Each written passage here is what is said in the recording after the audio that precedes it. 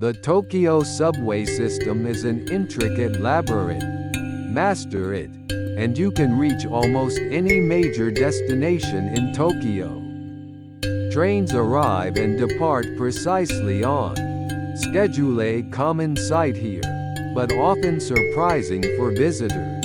Every day, Tokyo workers and students arrive at the station at the same time, board trains from the same platform, and leave at the same time. This story depicts what happens when this unchanging daily routine suddenly isn't the same anymore for Minako, a very ordinary Tokyo housewife. Feeling trapped and lonely by her monotonous life, the emotional distance from her family, and a stressful job, she suddenly encounters a beautiful young man at the same time each day. Her imagination takes hold, consuming her thoughts. Who is this mysterious young man? Perhaps you, too, have noticed a captivating stranger at the same time and place every day? Please enjoy.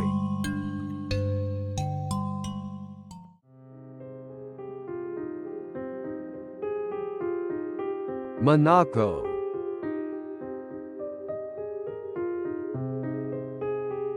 The urban morning, a symphony of rising clamor, began.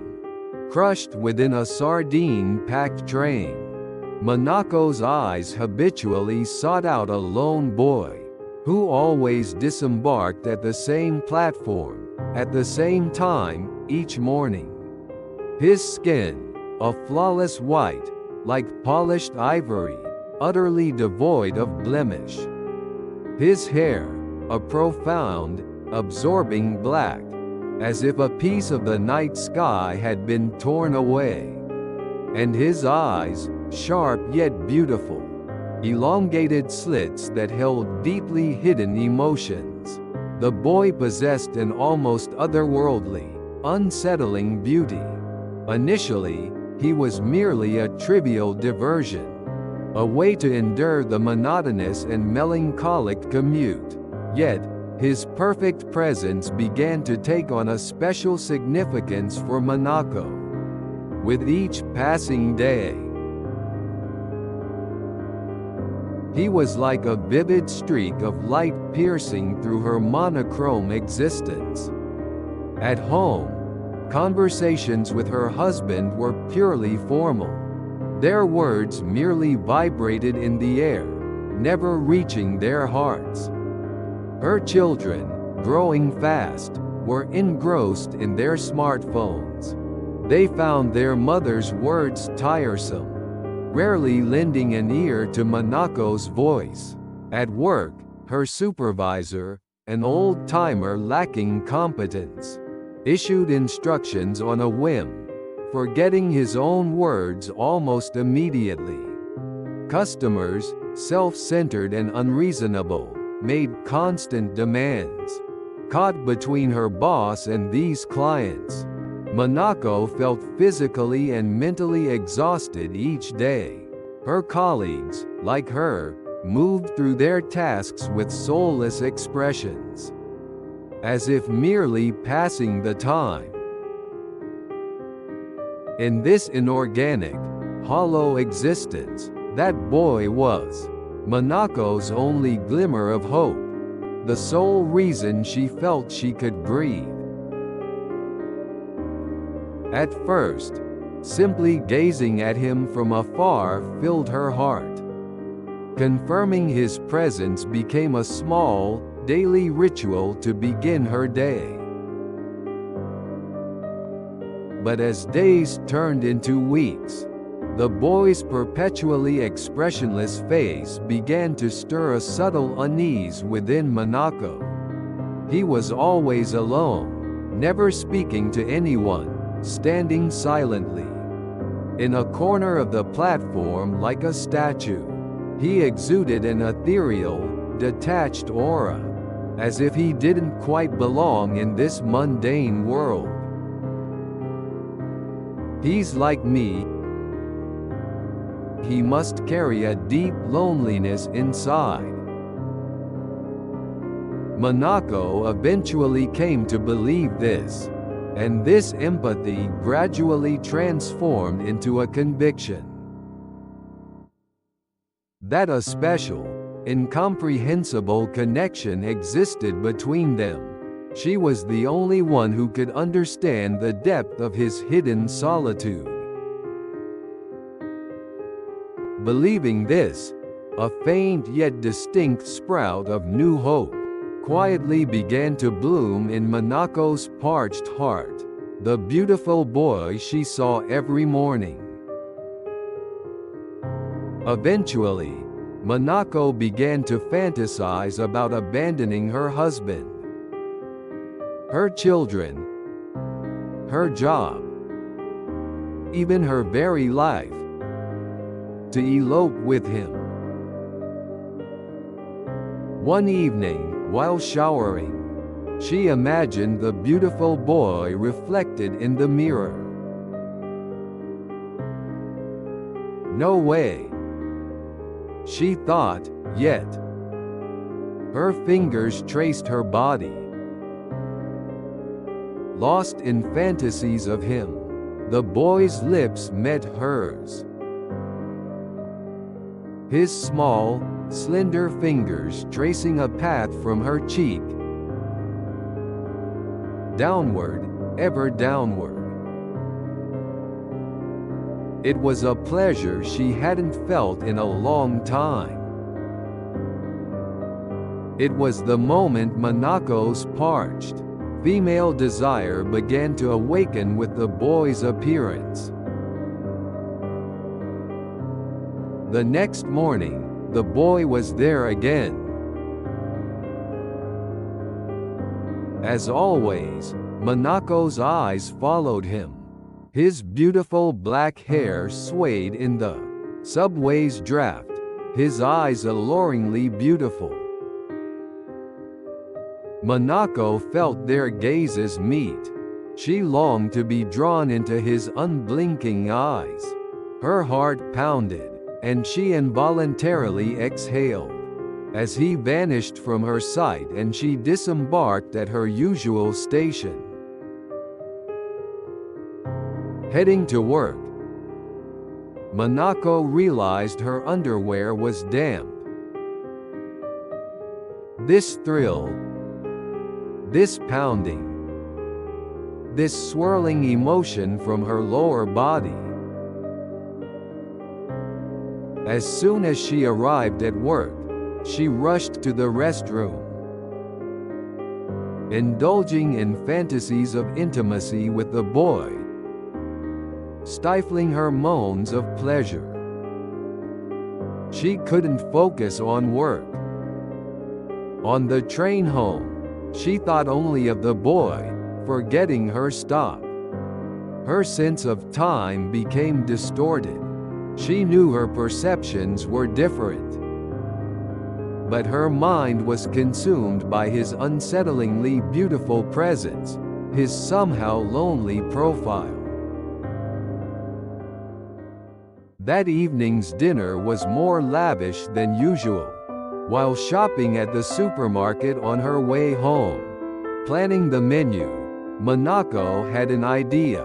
If I were to prepare a meal for that boy, what would I make? She asked herself.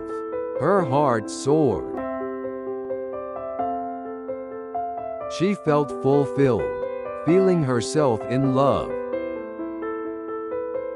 During dinner, her husband and children showed no interest in the meal. They simply filled their stomachs and retreated to their rooms. Only Minako smiled as she cleared the dishes, humming a tune as she washed them.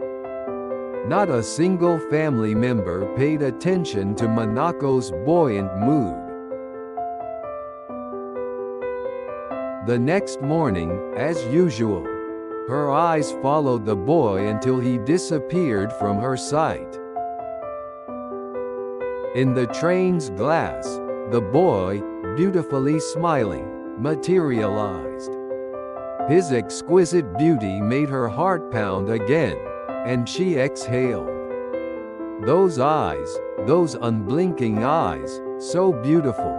They seemed unreal, almost artificial. The boy's smile in the reflection led Minako to climax. She came to herself at the final station. A station attendant, looking concerned, spoke to the dazed Minako. "Are you all right?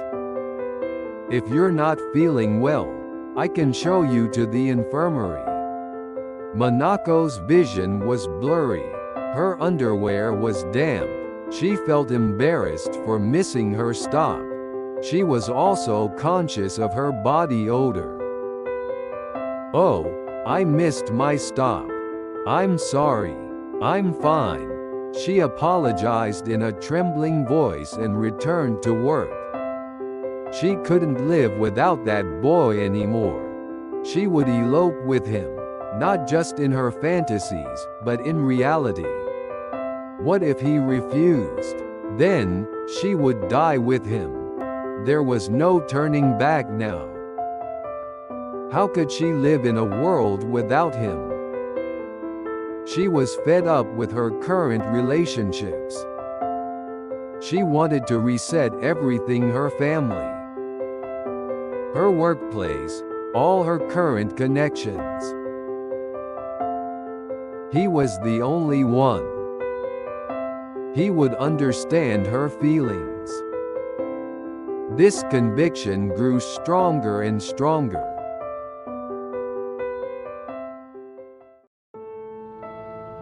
However, one morning, as Minako searched for the boy as usual, an unbelievable sight greeted her. She saw the boy walking toward the opposite platform. Not the one he usually disembarked at. "Where are you going?" The question escaped Minako's lips before she could even think, and as if guided by something, Minako's feet naturally followed the boy, weaving through the crowd. Trailing the boy, Minako suddenly realized the direction he was heading was a platform for an unfamiliar line.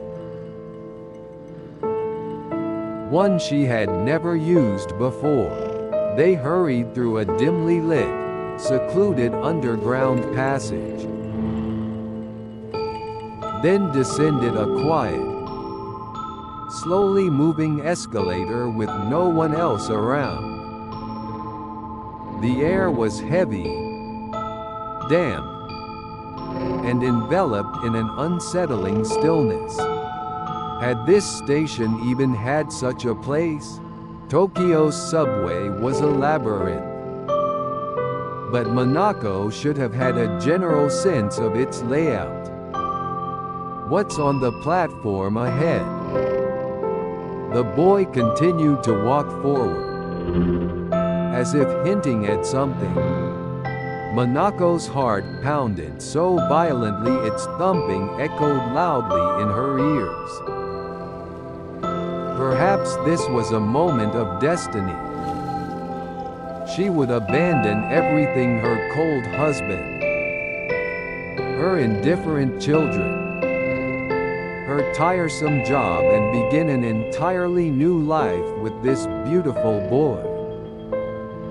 Such an otherworldly fantasy swelled rapidly within Minako's heart, as if it were about to become reality. That boy would fill her empty life. She could heal his loneliness. Convinced of this, Minako rushed toward the boy. But the next moment, Minako froze in terror. As if drenched in ice water from head to toe. The boy had stopped at the edge of a dim, cool platform. A place where the fluorescent lights didn't reach, where stagnant shadows fell heavily. And there, In a space that had been empty just moments before, a dark, ominous shadow flickered and swayed. It was as if it hinted at an alien presence, something not of this world.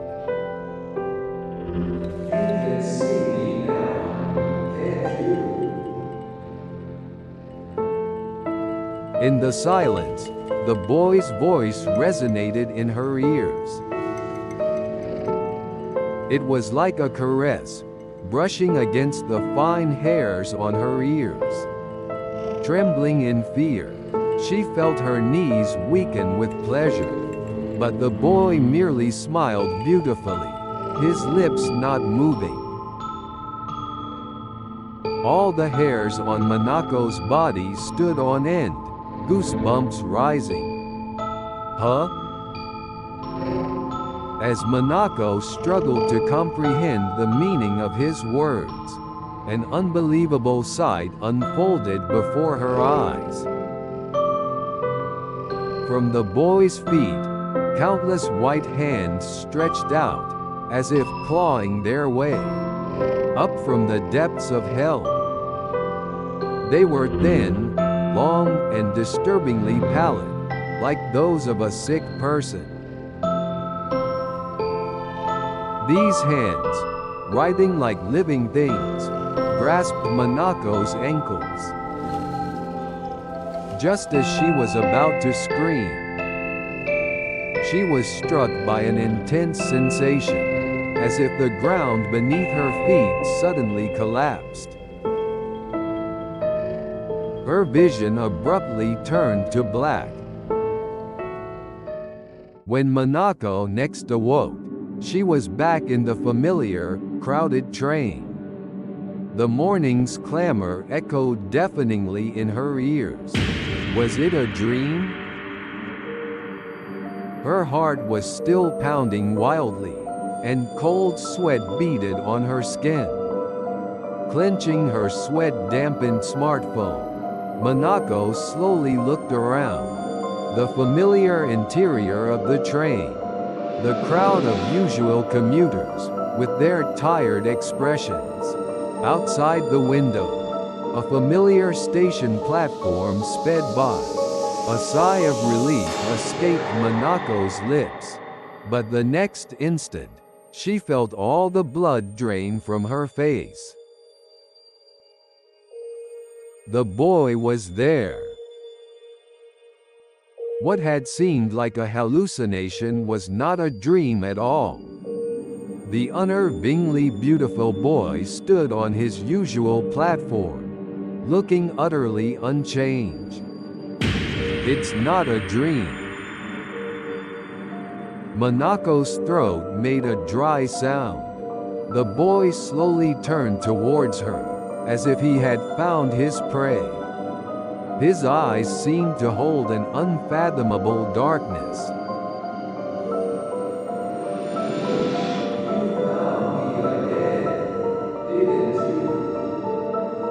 A voice, like a whisper, yet unmistakably reaching Minako's ears, was heard. It sounded as if it was right beside her. The sensation that someone was standing behind her enveloped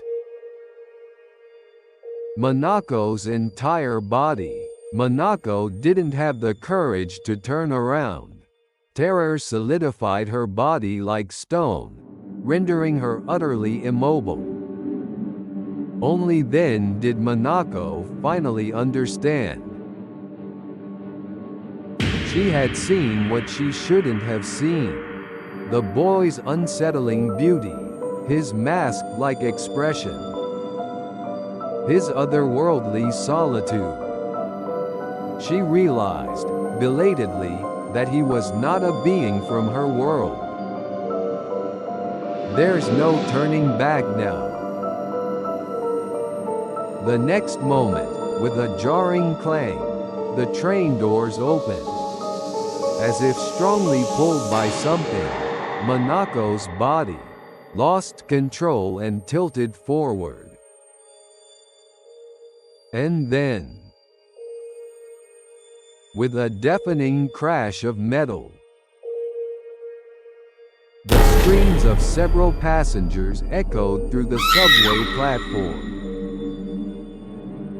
Since then, it is said that on that station's platform, a boy-like white shadow is sometimes seen, swaying in the crowded train.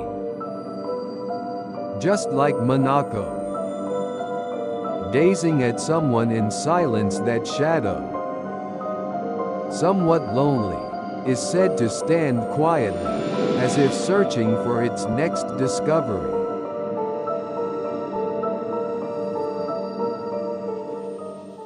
Thank you for staying with us until the end.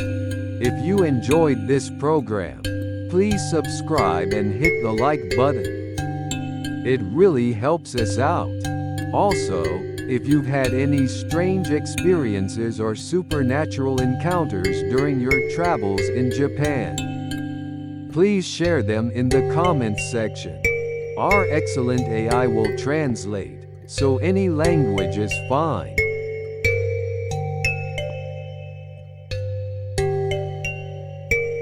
This has been Haunted Hiko. See you again.